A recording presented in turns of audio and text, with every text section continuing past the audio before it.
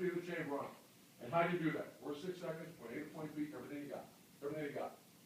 Turn that shit up. Let's go. Welcome to Scoop World Order. We are live. It is Monday night. We are in the middle of winter conditioning. Football is almost back, ladies and gentlemen. We've got about 2 weeks to go, and it's going to be cranked up for spring football. I know everybody can't wait to see the new look Buckeyes. How do the new quarterbacks look? Winter conditioning is going on. Mat drills, the worst time of the year to be on the football team because you're getting the crap beat out of you every morning, and then you get to come back and lift in the afternoon. So that is pure misery. But yeah, there's nothing better. Nothing makes the team harder than a really hard winter workout. So this is something that it's got to happen. They're putting the screws to these kids. They're getting them all ready to rock, and it's gonna be excited to see who grabs the brass ring during spring football because there are a lot of spots that are up for grabs, and that makes for an exciting spring football. That being said, as always, we're very thankful. We're very grateful for you guys. Appreciate you guys tuning in tonight. As always, we're going to take your questions. We're going to talk about the best of the Midwest Combine, which took place today. We're going to talk a little bit about some stuff that the staff does this time of year in terms of self-scout, in terms of reaching out to other coaching contacts to see kind of how they can improve, see where they're deficient, see how they can fix it. This is the time of the year where you do a lot of evaluation leading into spring ball, and you also explore new concepts that you could potentially put into your package. So if you enjoyed this video, please leave us a like, click subscribe, comment down below. What would you change about Ohio State's offense or defense? Do you want more zone cover? Do you want more zone coverages? Do you want more inside tight zone, more read option? Put it down in the comments. I want to hear from you guys. You guys get to be Ryan Day for a night. So you guys go ahead and write it and get those questions fired up. That being said, bring in my good friend, Nevada. Nevada, how are you tonight? Doing great. Feel like an Ohio State football player. It's just gone through mat drills and on the recovery end. But I know the guys are working hard out during the winter. It's generally those guys that work the hardest during the winter. Get that head start into the spring ball and get that cultivated into the fall. So it's a great time of the year, and it's a great time to be a Buckeye fan. Yeah, and mat drills are generally terrible, but it is something that every player gets evaluated on. There's generally a staff meeting after every mat drill where they kind of run through each guy by position, how they do, how many wins did they have, how many losses did they have, because they usually get paired up with somebody and they do competition stuff on agility days.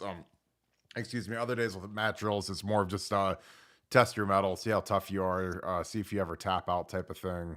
They really put the screws to you, but it's good. And you get to see kind of, how tough kids are, how, will they quit on you, in the fourth quarter type thing. So I always love seeing young guys, see how they react. These kids are getting to be in better and better shape when they report. So there's a lot of kids that, they're really lean, especially the linemen. Steve Rain came in his freshman year in winter, and he was very heavy, and he was struggling madly during mat drills. So the one thing I always tell these kids when I talk to them or meet them or whatever is I say, look, I don't care if you lift at all if you're an offensive lineman, but make sure you run a lot, because when you show up for winter workouts, man, they're going to run the crap out of you. And it sucks. So I was lucky. I was always light and lean, and it really helped. It helped the conditioning drills be a little more bearable. They still suck, but it's a lot easier when you're lighter and you're in good shape. Nevada, your thoughts? We had some guys that are standing out, some of these young alphas, but what do you think is the most important part to the conditioning leading into spring ball? Well, like you said, it's really kind of a chance for guys to separate and really to kind of see what you've got. Who the people are that really put in the work, really trying to make a move and try to grab a spot. And one of the things that's been notable, and one of the things that's been said to me time and time again, is about the three young offensive linemen that have come in and what tremendous shape these guys have all been in. And I think it goes back to something you're saying. You guys are not coming in overweight. They're not coming in out of shape. They're not coming in unprepared. They kind of know, they get the program from Mickey Marotti, 3 months, 4 months, 5, 6 months in advance. So they know exactly what they're going to be expected to be able to do when they hit the field here. And those three young offensive linemen, Stierwald, Montgomery, and Padilla all came in and are all in really good shape. Are all, from a strength standpoint, from an agility standpoint, from a fitness standpoint, They all looked really good, and that's really something that's an A+ for the class. That's something that's really an encouraging sign. And like you said, guys are not coming into this unprepared. They've got personal trainers, they've got training programs, they know what to expect. Marati's creating that expectation before they hit the field, before they hit Ohio State, and they've come in great shape. And really are going to be in a position to have a really productive spring and hopefully a productive fall when 2023 rolls around. Yeah, I like I said, I saw Tigre last year. It was around August. He reported. He was heavy last year. Not before he reported, but he really leaned down. I mean, I'm sure that he's probably still about 320 ish, but he was a lot less pudgy. And again, that's something that's pretty natural when you get into the strength program.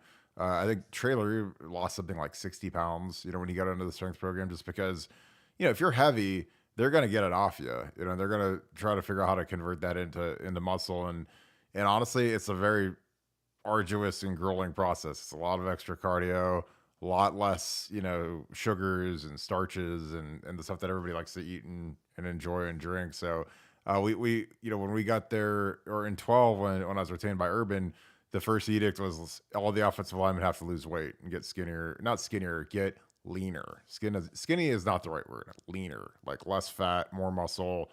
So then we had these guys doing 6 days a week of extra cardio, 30 minutes on it could just be the elliptical or whatever, depending on who it was. And Stairmasters are always churning. So it's a great time of the year because you kind of get to see who really wants it. And the thing that I love is there's a lot of open spots, because I feel like when there's open spots, there's more hunger throughout the team, because the O line is pretty wide open outside of a couple spots. The quarterback derby is obviously wide open. I think that the receiver room is actually pretty wide open as well. Because if you look at the top three guys, none of them are going to do anything this spring. I mean, two have already been declared out, and Marvin's not going to do anything just because he's so good. He doesn't really need to. So, it's almost like it's the 2024 spring for some of these young wide receivers where all those guys are going to be gone. Julian's a senior. The other two are going to declare for the draft. So, it's like start your engines and get ready to race. If you're Kieran Graves, or some of these other kids that are they're going into year two, it's go time, because you've got some monsters nipping at your heels. It's not like a little puppy. You got full fledged dogs coming, like Brandon Ennis, like Carnell Tate, like the Rogers brothers. You got some really substantial guys, and these are some guys that are going to be able to take advantage of reps they might not have normally gotten if the full uh, cadre of receivers were all healthy. So that's something that I look forward to seeing. Which young guys step up? Are any of these young guys scared of going against Denzel Burke, or going against some of these, these older corners that have played in big games, and they're the wide-eyed guys that either redshirted or didn't play, or they're in high school last year. So that'll be exciting. Literally the only downside is that I don't think Hal McCord will be able to build any chemistry in a full 11-on-11 situation with our guys, because they're like I said, Emeka's out, Julian's out. Marvin's going to be held for most of the spring. So, he's going to be building chemistry with a bunch of young guys, but I don't think that's really going to matter, because once August hits, if Kyle's the guy, it's going to be a full fledged workout to the hill. Nevada, what position are you? And you can even, if you want to even narrow it down to center, left tackle, nose guard, corner, safety, adjuster, bandit, nacho cheese, whatever position you want to call it. What position are you specifically excited about for the spring ball position battles? Well, for me, if I had to pick one, if maybe to get that specific, I'd say the center. I want to see who Ohio State rolls out there at center. They've got a lot of options. I think that's the anchor of the line, as you well know. Here I am telling the All American about offensive line play, but the center to me is the most interesting position, because I think it kind of dictates what everything else goes on, and it dictates who plays right guard. It dictates probably who's sliding out to tackle, who's not, who's the first man up, who's the sixth man in terms of the rotation. And what I love about Ohio State this year is that they've got lots of options in terms of doing that. There's about 4 or 5 guys they could probably slide into that position. I wish Jacob James was healthy so he could be battling in there as well. But I think Ohio State, the center battle to me, kind of an unheralded battle, not the high profile thing, but for me, I think it's going to be a really, really interesting thing. And I think it's something that's going to change on a day to day and a week to week basis, terms of who the leader in the clubhouse is, and that's something I'm going to be keeping a careful eye on. Yeah, I think it's going to be interesting to see if Victor Cutler truly can lock down the center position. Playing tackle last year, he doesn't strike me as a superhuman strength guy. Just when I watch his tape, he doesn't seem like he's got a real powerful anchor. Something you'd really like your center to have. And again, I think Justin Fry's got a lot of confidence in Carson Hinsman. If he says he's going to leave Matt Jones at right guard, which is crazy unless he made some sort of deal and Matt just feels more comfortable at guard than he does center, and he feels like that's where his best draft potential is. I would have put Matt at center just because he's been there as a 6-year guy. You know, the center is kind of the de facto leader of the line. I played with Olin Cruz, who's an NFL Hall of Fame level center, and the guy's got to be able to run the show, know the calls. And I'm sure Carson's been in the offense for a year now, so he's going to know everything cold, or he better. And it's going to be interesting to see who rotates where. Again, the thing that surprised me about the two guards thing, and again, this is a press conference from almost 3 weeks ago, so it's not exactly written in stone. But I just think that Justin, is probably still going to rotate guys in at center, try to find the best combination. Because the guy that it was surprising that it wasn't penciled in to start, at least on paper right now, is Enoch. Because Enoch, started the Michigan game, played guard. So it seemed natural that you'd put Matt at center and put Enoch at right guard where he started in the Michigan game, but I guess it's not to be. Does Josh Fryer get a true shot at left tackle, or do they stick him at right? Zen has played nothing but left tackle since he's been here predominantly, so I don't know if you want to disrupt their footwork when they've taken all those reps on the left and right side. But it's just one of those things where it's going to be real interesting to see, who goes where, how long do they stay there, and if somebody gets hurt, knock on wood, how do they adjust the line? If Zen Mikulski gets hurt, who comes in? Is it George Fitzpatrick? Is it Donnie Jackson? And then Enoch comes in. I'm just not sure. And Enoch's, this is I believe this is his 5th year or so. If he's not penciled in as a starter after spring ball, then you got to be on portal alert. Which I'm not saying that he'd do that, but it's just when you're a 5th year guy and you've stuck around and you haven't transferred and you're an Army All-American, you want to play. And I mean, he's been a good soldier. Started a game last year. With Josh Fryer, started a game last year. So we got guys that have actually played in real games. They haven't just played in mop-up duties. So it's going to be fascinating to watch the combinations. And again, the great thing about spring is, you could think that you got all these combinations set and you've got these rotations done, and then one guy gets hurt or two guys get hurt or two guys get held out of practice and your rotations all go to crap. Because I lived that when I was the offensive line GA. And it's always exciting to see, who goes where. And coaching the offensive line in the spring is a nightmare at times because you're going against D linemen, and playing D line is always inherently much easier than offensive line, especially when it comes to pass rush and pass blocking. So, you're going to get some of these matchups with the second and third team versus, some really good, defensive tackles, and it can get a little murky sometimes during the scrimmaging part. Nevada, Well, Kirk, I think we always like to kind of try to educate our listeners, educate our people on our board. Let's talk about like when people are looking at the depth chart for an offensive line and they look at it and they see, first team left tackle, second team left tackle, first team left guard, and they see, who's in the two deep.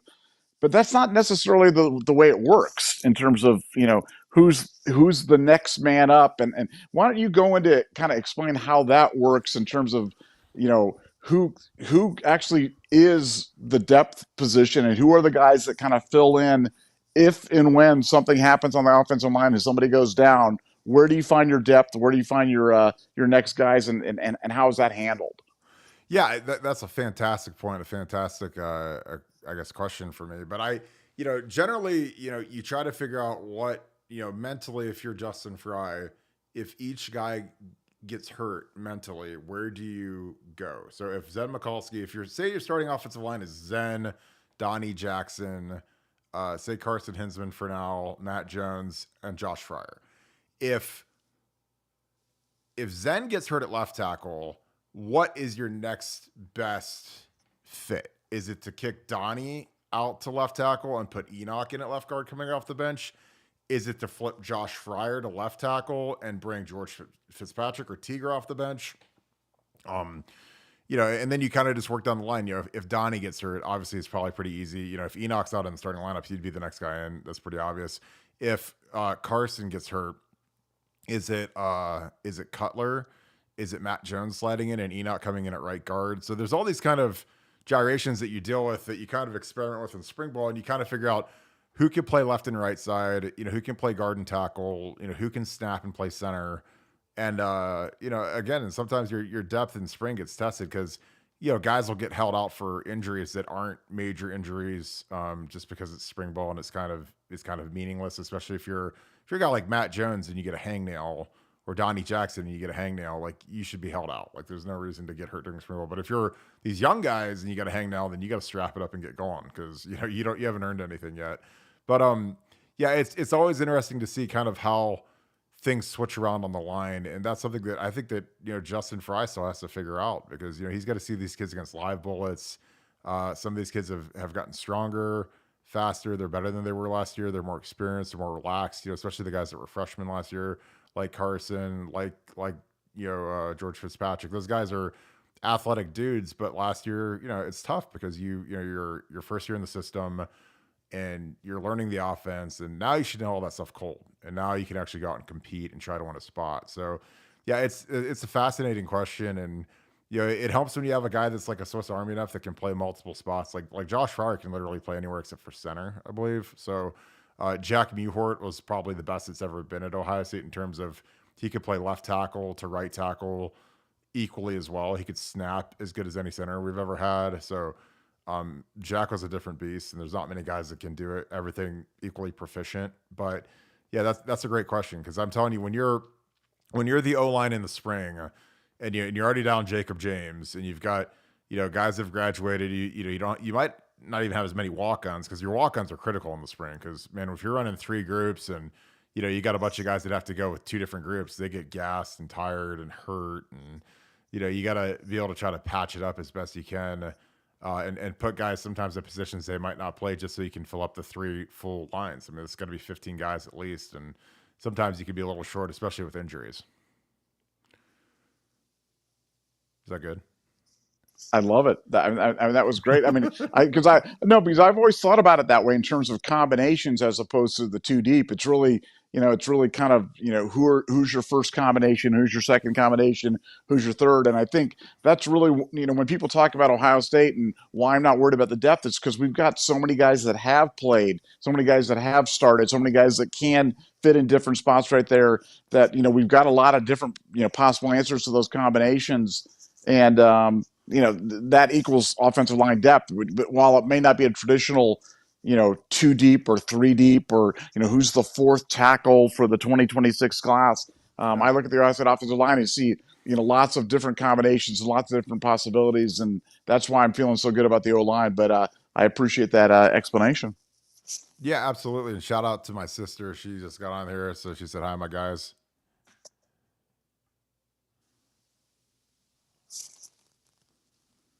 So, but yeah, it's really interesting when you go through this and you see some of the stuff that's going on.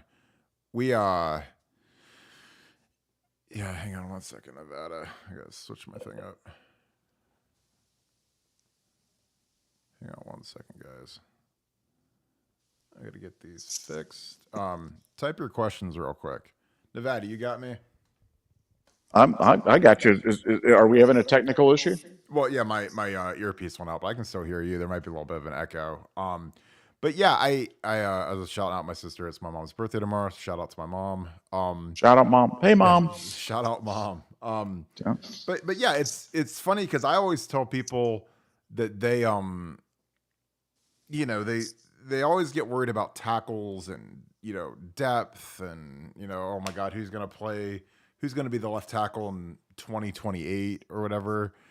And it just never makes sense to me because we generally never have more than 6 7 guys that can play regardless. And I mean, I'm not saying guys that are in the room that can't play eventually, but on most of the lines I played on, it's like if you got past 7 guys, man, you're screwed. I mean, you're playing a guy that really shouldn't be playing, that you're scared to death, and the offense could look like vomit if he goes in the game. So the biggest thing is you just got to keep these guys healthy and just keep them right, and just do the best you can. And Mickey Marotti's fantastic about that.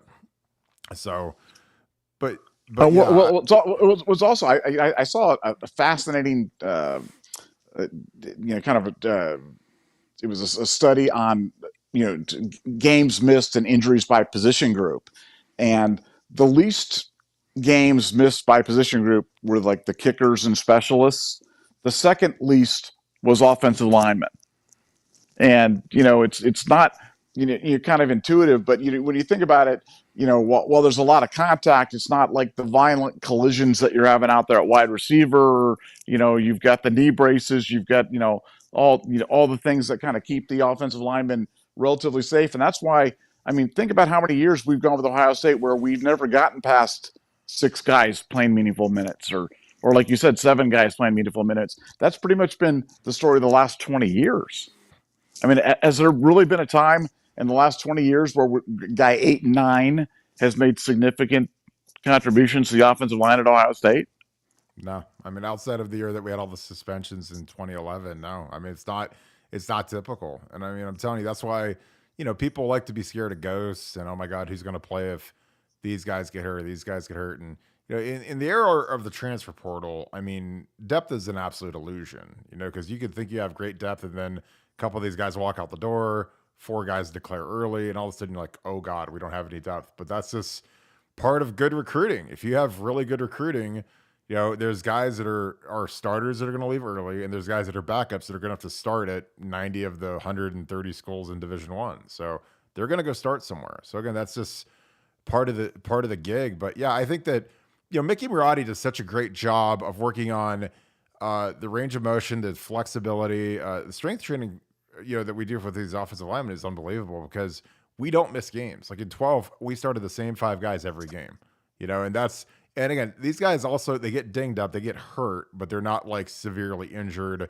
And a lot of it's just is how well they're trained. And honestly, a lot of it's just they're just really tough guys. You know what I mean? Like Joe Thomas had some 10,000 snap streak. And that's one of the, I mean, people won't talk about that in the same breath as like Cal Ripken, but it's like a Cal Ripken kind of streak. You didn't miss a snap for 10, whatever the number is. Like it's some ungodly number of, 15 or 16 straight years in the NFL of not missing a snap. That's literally impossible to not get rolled up, to not get dinged, to not get a concussion. And I'm not saying that he didn't get rolled up and he didn't, but he's just a tough dude. But that's just kind of, a lot of it comes down to your training. Like something that I wish that I would have focused more on was like ankle flexibility because, if your ankles are flexible and you get rolled up, it's generally not that big of a deal. But if you got stiff ankles and you get rolled up, man, you're in a world of hurt. You're going to have a bad ankle sprain. And that's just something that, like if you've got young kids that are playing or you're trying to teach linemen, like get them on the ankle flexibility boards. I mean, there's slant boards they can stand on. There's bands you can get to help out. And again, it's something I wish I would have done more of as an injury prevention thing. And I think Mickey does a great job with their squat depth. A lot of the training stuff they do it's really for really good range of motion, not as focused on weight, obviously. And the guys, they look in fantastic shape. So kudos to Mickey Marotti, man, because he is the GOAT. Because I watched him, get all the fat off our guys in 12 and train the crap out of them and turn those guys into a bunch of monsters. So, and he's done it really every year since. That's why, again, I don't worry about our offensive line. Everybody else can worry about it. But I know when you've got Mick, and you got Justin Fry, we're going to be fine. Again, they love to be scared about the O-line, but I think that we're going to be really good. Any comments on that, Nevada? We got some great questions. Keep those questions coming, guys. No, I agree. I think I put those two streaks on the line with the Nevada Buck streak of going out every night in Vegas for like 10 years. I think those are probably the three greatest streaks in the history of streaks. But, but I digress. That's probably a topic for another podcast another time. We got the Ohio podcast. What's up, fellas? Guys, check out the Ohio podcast. They had me on as a guest last night. It was fantastic. Outside the wide receiver room, which room is in the best shape? That is a great question. Oh, man, it's hard because I want to say linebackers look really good, especially this year with Tommy, Steele, and then your backups are CJ and, Cody Simon. I mean, that's pretty strong. For a year that was, that was a big question mark spot last year. Nevada, what are your thoughts on that? That's a great question. I mean, the running back room is kind of embarrassing. And you know what I'm saying? So it's like, I mean, let's go Trey Henderson, Mayan Williams, Dallin Hayden, Chip, Xavier Johnson. Who am I missing? But it's a lot. you said Chip Hayden. You got Mayan Mayan, Trey. Trey, and I threw Xavier in there as my kind of my running back, my Swiss Army like running back. But yeah, we've got a lot of running backs. I mean, it's that's like I said. We've talked about this before, but we're literally returning 99% of our offensive passing production and 97% of our rushing production. So it's I haven't gone back and searched through the numbers, but I guarantee you there's never been a year in Ohio State history where it's been higher than that. And our offensive weapons are going to be absolutely ridiculous, and our defense is going to be great. I've said this before. I'm doubling down. I'm tripling down. I'm quadrupling down on our defense is going to be a sturdy unit. It's going to be a stingy unit. It's going to be an opportunistic unit, and that combination is going to be it's going to be a big year for Ohio State in 2023. You know, you hate to say national championship or bust, especially after you look at that embarrassing Georgia schedule. But yeah, it's going to take a mighty effort by somebody to beat Ohio State because Ohio State's going to be really, really, really, really talented next year. Yeah, I agree. This is a great question. Okay, well, I keep on to say Jamal Ballard because Jamal is his dad. His dad and I actually are in the same grade, and we actually went. We would have gone to high school together, but he transferred to Massillon. Jaden Ballard be returning punts and kickoffs this year. I don't know. I mean, I don't know what the deal was with Jaden last year. We got great reports about him during bowl practice, about how fast he looked, about how they were running some of these little gizmo plays like jet sweeps and that type of thing to get him the ball on the edge with his speed. But man, he just never plays. I mean, even when Marvin got hurt, he never played. And I would love more than anything in the universe to get Emeka off of punt returns because when he's playing 80% of the snaps, playing receiver, like it'd be nice to get him a blow and get him off the field for something.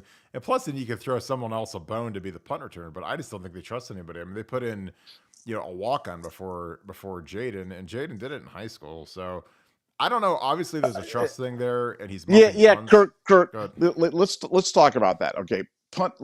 I've thought a lot about punts and punt returns just for a second, but it's kind of an underrated point. But punt returning is pretty much dead in the year 2023 with the sky punts, with the Aussie rollout kicker punting, and the way that they do it right now. It's really, really hard to formulate good punt returns. So one, you've got to accept the fact that you're probably not going to break the game open with punt returns the same way that you did with a Ted Ginn or with somebody back with a Neil Colsey or somebody who can really kind of turn the game on a punt return just by function of the way that teams are punting. So there go. The most important thing, the most important attribute, number one is you got to catch the punt. Don't let the punt hit the ground. Don't give up the big field position, and certainly don't fumble the punt. Because I remember the Clemson game where we lost to Clemson. When the streak of 3 games or whatever it was. Oh, we can't beat Clemson. That turned on a Philly Brown fumble on a punt. That game's over if he just catches the punt. So I would submit that the most important thing on that is having somebody back there dependable and catch it. And Emeka certainly fits that bill. So, I hate to disagree with the big man, but I'm like, I do not want somebody else back there but Emeka because, man, you got to catch the ball. I'm good with it. Hey, I love disagreement, and honestly, that's a great point because you're right. I don't know if he returned one. I'm sure he might have returned one last year. I'm not gonna like deal on absolutes because I'm not a Sith, but it's just one of those things where I think Emeka obviously is incredibly sure-handed. He's incredibly confident back there. When it's windy and gusty and rainy or whatever, he's just automatic. He's like Willie Mays out there. So he searches for the ball, sets his feet, catches it. And again, you're right. Like the punt is a dead play. And the other thing that you left out, which is amazing, just because of I know how you are, is teams go for it more on fourth down than they ever have. And I'm not just talking about like in the red zone. I'm talking about like on they're close to the 50, man. These teams are going for it like crazy. So the punt is getting deleted from the game. The kickoff is getting deleted from the game. You're right. But, I just, I think that, this is a huge spring for Jaden. I mean, he's going to kind of be the de facto number one wide receiver if Marvin, Marvin, I'm sure will do a little bit of stuff, but the other two guys are completely out. So let's go, Jaden. It's your time now. We've heard a lot Well, about that you. and I don't want to go too far down the rabbit hole, but I know you've had some firsthand experience in terms of actually trying to catch a punt. Catching a punt is impossible. Like no human being can catch a punt. Like when the ball's up there in the air and it's swirling and it's dipping and it's twisting, I don't know how anyone catches a punt. Now you've actually had the opportunity to try to actually go out and catch a punt.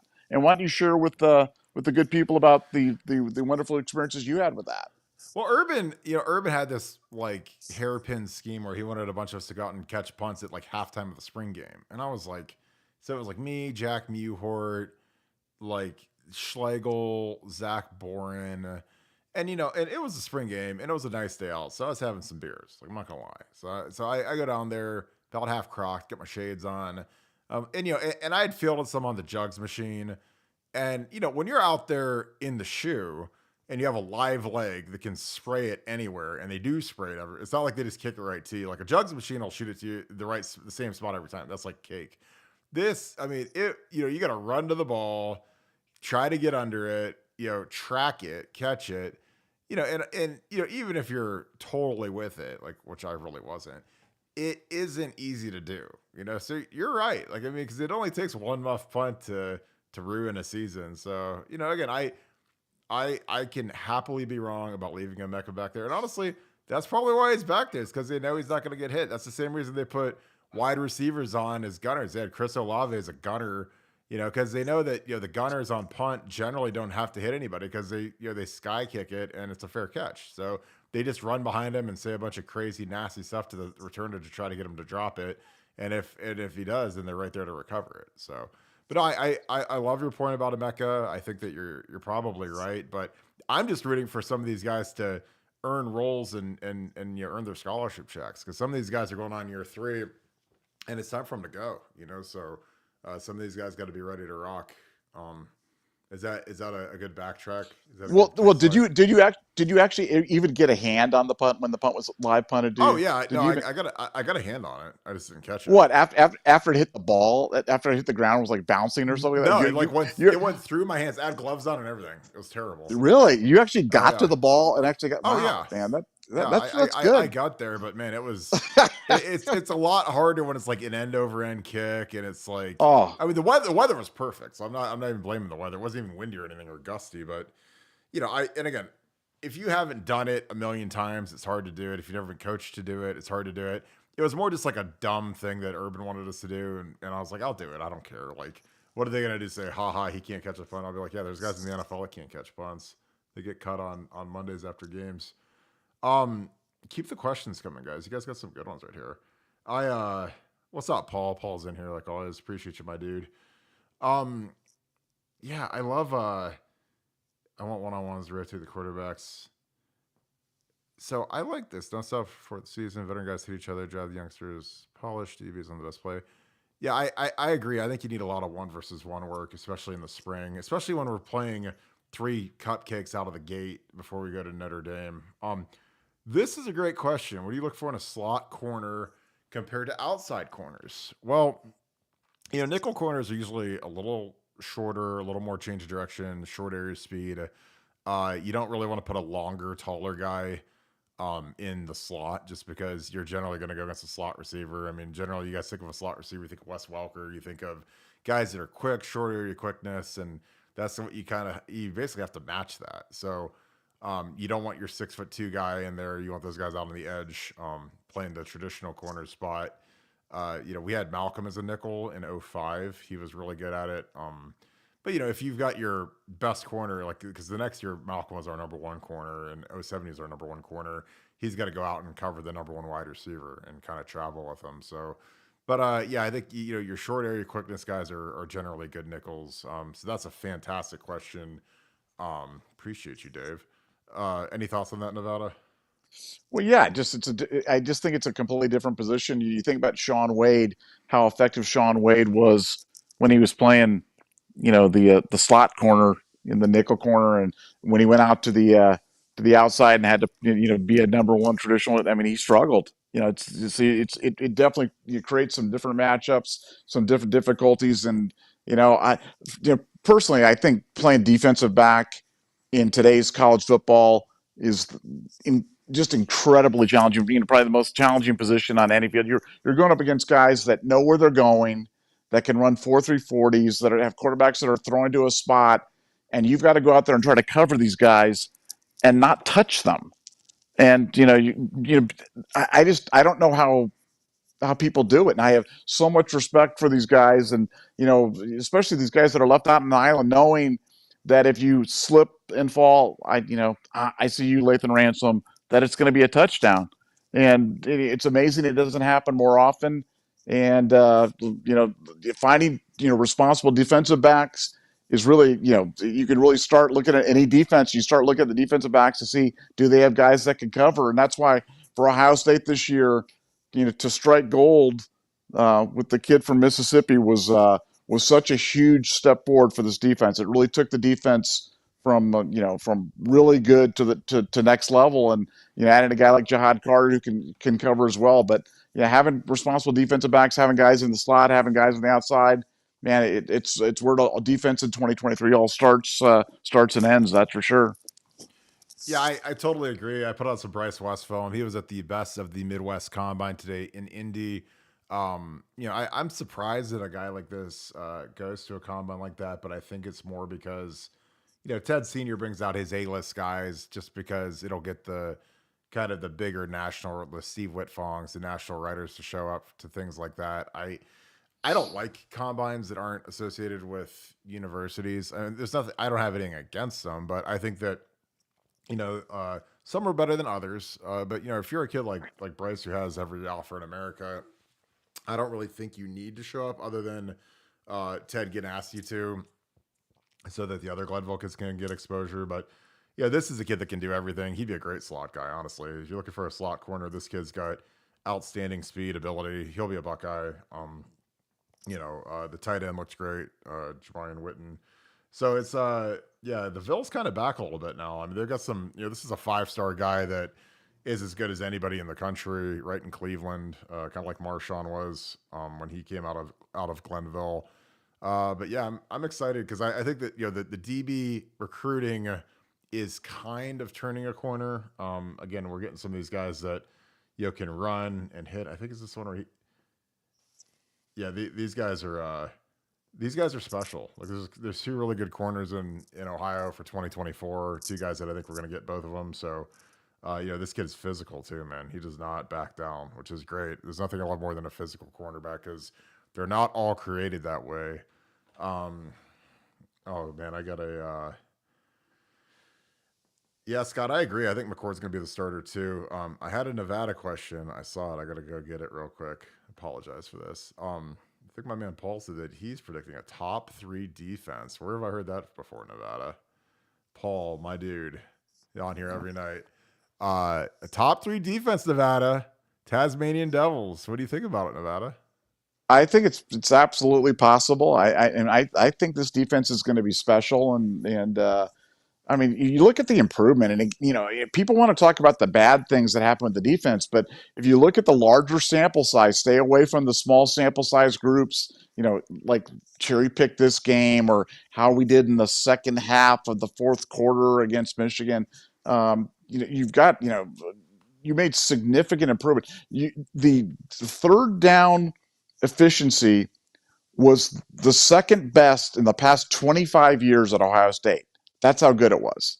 We went from 42% to 29% in one season, which is absolutely incredible. And when you're able to do that, you've got the foundation for something really special. And Ohio State, I'm telling you, JT and Jack Sawyer just taking just a lot of crap. I mean, those guys' stock is low on those guys. I'm buying that stock right now. I think they're going to have a breakout kinds of years. I think we're going to see what kind of players they can be, they were supposed to be, and they're both having big off seasons. They're both going to have big seasons in 2023.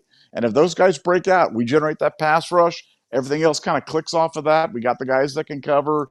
We've clearly got the, like you said, an embarrassing, linebacker room right now. Find a couple guys on the interior defensive line, and boy, like I said, this defense is going to be special. I would not bet against. I would if I'm setting the line. I'm setting the line for Ohio State's defense at 5, and the over under there, and I'm probably betting under. So I think it's going to be a special group. I think it's going to be a special year headed off by a very stingy OSU defense. It'll be an exciting year. I'm excited to see these guys take the next step, especially the two third-year defensive ends in JT and Jack Sawyer. J Bags, you're bringing up Parker Fleming. He is the official staff whipping boy, I believe, at this point. Ryan Day extending Parker Fleming an additional 2 years for $500,000 would be the dumbest decision had not be for Gene Smith extending Holtman an additional 3 years last season. Nevada, your thoughts on that, on the Parker Fleming extension? Well, again, we've talked about this. Look, what's baked into the cake with Ryan Day is Ryan wants his guys. Ryan wants guys that are loyal to Ryan. Ryan wants to be surrounded by guys that will not rock the boat, that will kind of play by Ryan's rules, that will kind of go along with what Ryan wants to have happen, and that's what he's going to get. And you know something, I think as the head coach of Ohio State, you're entitled to do that. You're entitled to have your guys. If Ryan Day is going to get blamed for winning, losing, success, failure at Ohio State, then you know something, he has the right to do it his way, and he's doing it his way. And frankly, like I said, I'm no Ryan Day apologist. I've been kind of not sure exactly about Ryan Day if he's as good as people think that he is.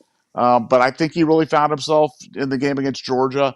And I think that's going to pay huge dividends. But Ryan wants to have his guys, and that's what it is with Parker Fleming. Parker Fleming is a guy who's going to be absolutely loyal to Ryan for what Ryan has done to him in terms of advancing his career. And Ryan rewards that loyalty, and it's going to continue to happen.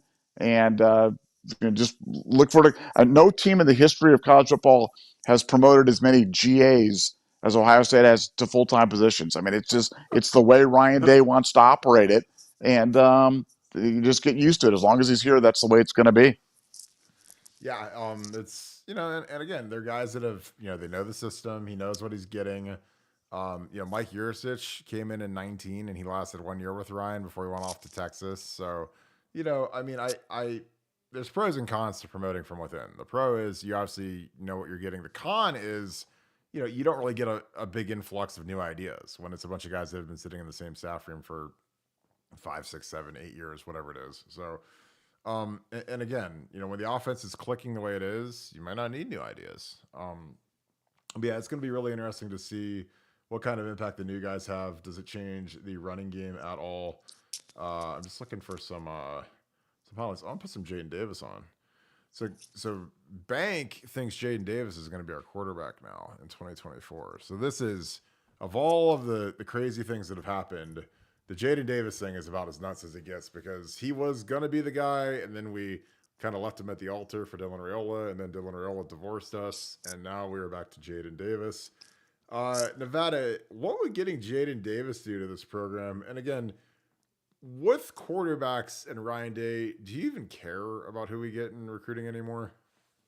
Well, that's it. It's a great point, and let's put it this way: I don't worry as much about that as I used to before, because I think that Ryan Day, whoever Ryan Day puts out there, whether it be Ryan Holst, the kid from South Dakota, or Devin Brown, or Cal McCord, or Jaden Davis, it's going to be capable. And I'll believe that until I see differently, until I see a guy go out there and Baker Mayfield it up there on the field. I think that we're going to be fine at the quarterback position. And I think with Jaden Davis, look, he's got to make a business decision. He got spurned by Ohio State. He got his feelings hurt, but then he's looking at it kind of going, I could go to Ohio State and be coached by Ryan Day, who, the last two guys that he's put out there have been Justin Fields, who's created generational wealth for the Fields family. What's Justin Fields going to make in his NFL career?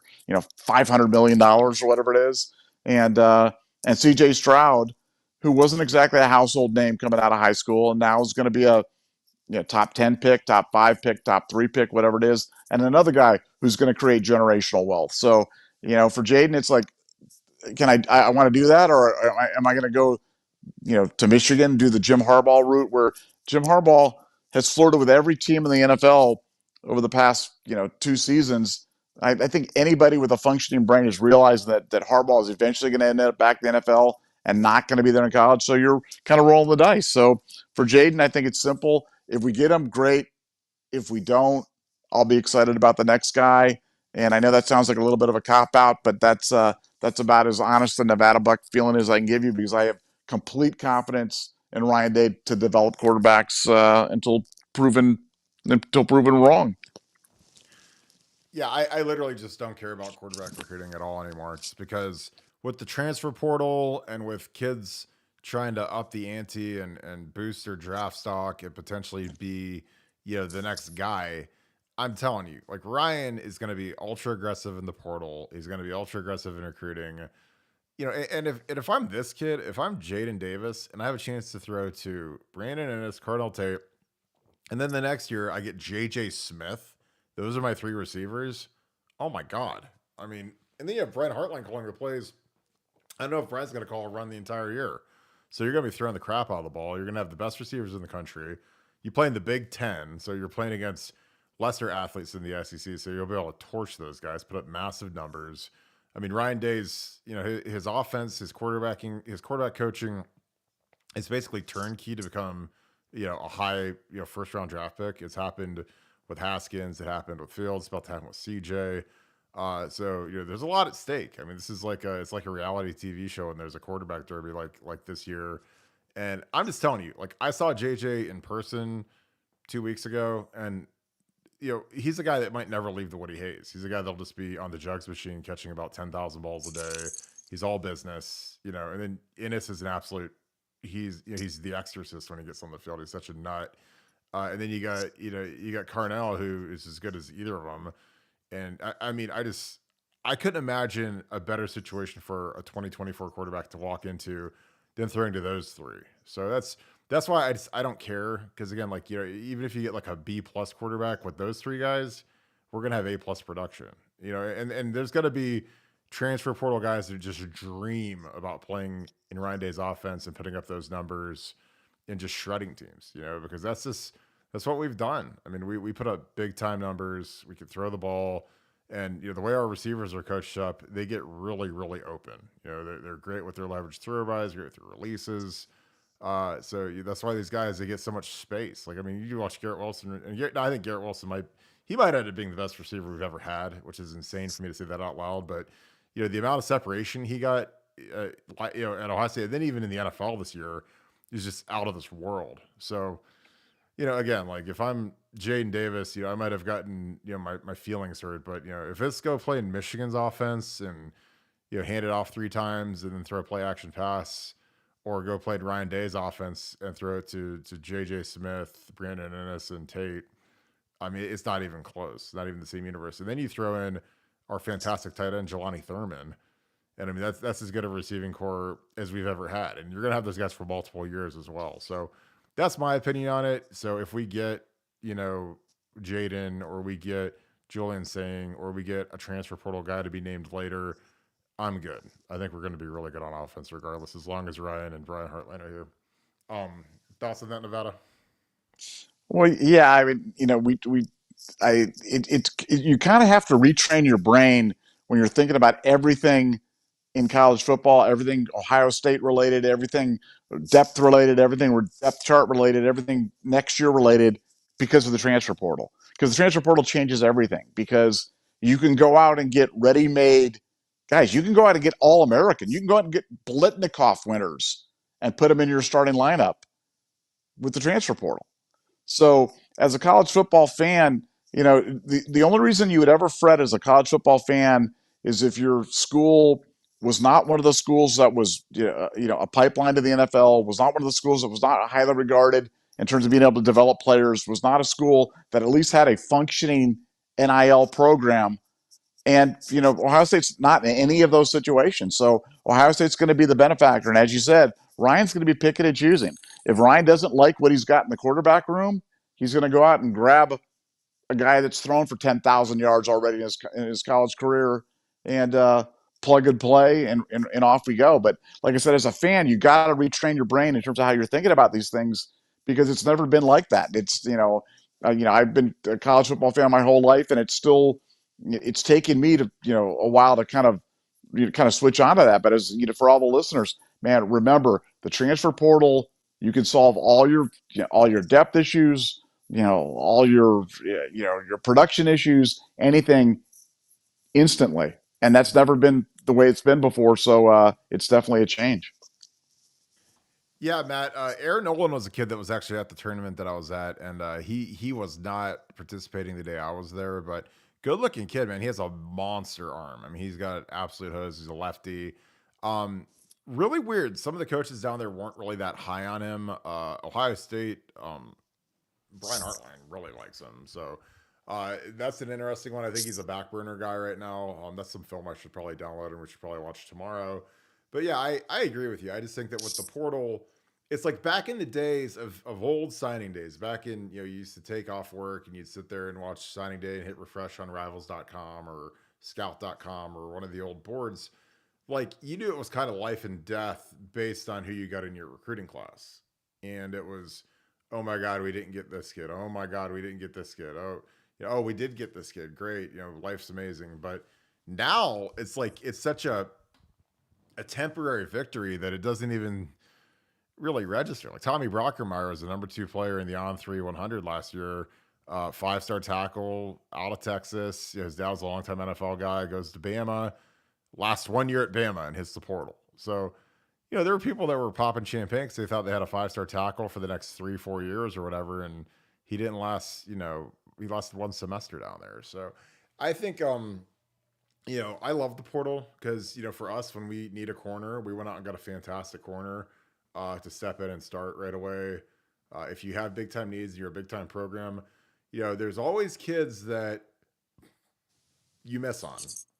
There's always kids that end up at Akron or end up at Ball State or end up at Florida International that dream of being a Buckeye or a Hurricane or Alabama Crimson Tide or LSU Tiger or Georgia Bulldog, and it enables them to improve their prospects by being able to go to a program that has the resources and has the development that the big dogs have. And that's something that, if you're one of these guys that Ohio State offered and maybe shouldn't have taken, you've always got to be wary. Like, look, I might have beat that, because back in the day, like when I got offered by Ohio State, nobody else in Ohio did, and I committed. None of those other guys were ever going to get to show up like my junior year and take my job. But now there's guys that, you might beat them out and get that initial offer, but they could start at a lesser school, hit the portal, and then all of a sudden show up at your doorstep and say, hey, remember me? Now I'm going to take your job and you're going to get to watch me, in your jersey colors that you got to commit to out of high school. So that's always a fascinating dynamics. I always feel like, recruiting is just like the NFL draft. There's a lot of misevaluations. There's a lot of guys that outdo their billing. There's a lot of guys that just flat out, they physically change. There's guys that get bigger, leaner, play well, play early, and it changes prospects. Like last year, there was a Florida International tackle, started as a freshman, was a freshman All-American, and after his freshman All-American year, he hit the portal and he had offers from us, from LSU, Georgia, and ended up going to LSU. So, some of these guys that, aren't good enough to play at Ohio State go somewhere lesser, they start right away, and then real quick we figure out, yeah, we should have took that guy. So it's always fascinating to see how this Well, stuff well, works. well. Just for fun. I mean, I love watching Monday Night Football or Sunday Night Football or whatever it is when they do the player introductions, and they do the offensive line, and the offensive line guys all come on and they're like Central Iowa Tech, Eastern Tennessee Community College, Fulbright, Malcolm X school. I mean, like these guys aren't coming from the big schools; they're coming from the little schools, and they're all the starters in the NFL. So that's like it's tough. It's tough to project any position. It's really tough to project the offensive line. And like I said, with the portal, if you miss, you just go get them the next time around. Or heck, you got 2 bites at the apple. You get them in the December window, or you get them in the May window, and bring them on in. Yeah, I agree. I mean, Osiris Torrance, who's from Florida, he's a Florida Gator. He's probably the top guard prospect, potentially a first or second round pick. 3-star, rated 180th in the country at guard coming out of college, and went to a little, like, I think he went to like regular Louisiana, not LSU. hit the portal, transferred to Florida, and turned into one of the top, maybe the top guard in the entire draft. So again, that's where I think you can see more guys that can move, especially in their third, fourth years when they've started for a couple years. Are these linemen? These linemen that they develop at a quicker rate. They get some reps.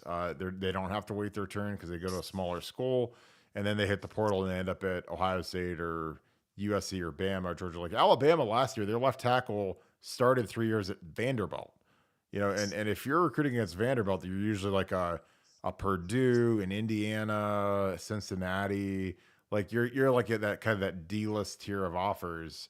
And then he plays for 3 years and he plays really well. He's like a second team all SEC kid. He transfers to Bama and starts the left tackle. So I think, keep going after these linemen in the portal, man, because there's a lot of these guys that they're MAC guys or they're smaller school guys. And they all nobody dreams of playing at a MAC school. You dream of playing at Ohio State or Michigan or Georgia or Bama. And a lot of these guys get to realize their dreams a little bit later. I mean, even Davison Igbinosun, he was a kid that dreamed of playing at Ohio State. We didn't offer him. So he goes to Ole Miss, freshman All-American, then his dream school is Ohio State. And guess what? He ends up at Ohio State. So worked out great. Nevada, we're at an hour. I'm going to wrap this thing up. Any final thoughts as we watch a little bit more Jaden Davis? No, it was, we kind of didn't get a chance to dive into it, man. We had so much to talk about today, but it's great to see Glenville back. Glenville win their first state championship under Coach Ted last year, and starting to put out some players, and that's always good for Ohio State when the Glenville pipeline gets going. And Bryce is going to be a really special player at Ohio State, and they've got some young guys behind him that are going to be contributors as well. So the Glenville pipeline's alive and well, and was on display at the combine today. Yeah, it was a good showing by those guys. Appreciate you guys as always. Another fun show. Great questions as always. Appreciate you guys tuning in. See you guys. See you, Ron. No Sue tonight, so give her some crap next time we see her. Appreciate you, Dave, as always. We do this for an hour every night, man. So we ain't quitting. We just gotta go. Your boy's gotta go get a workout in. But appreciate you guys as always. If you guys enjoy this, the best community there is, buckeyescoop.com. We're on that all day. So if you guys, if an hour doesn't scratch the itch, man, jump on buckeyescoop.com because it is always cranked up on there. We're always talking football, position battles, recruiting, combine evaluations. Bill Green's been bringing some incredible recruiting content. So if you love recruiting, Bank is the guy. Nobody beats the Bank. So appreciate you guys as always. If you enjoy this, please click like, click subscribe, comment. What would you change about our offense or defense? I want to hear it. Put it in the comments down below. If you guys are on any of our podcast formats, Spotify, Apple Music, let me know. Give me that 5-star review. Appreciate you guys as always. I hope you guys have a great rest of your day. Thank you so much, Buckeye Nation, and thank you, Scoop family. Talk to you guys soon. Go Bucks.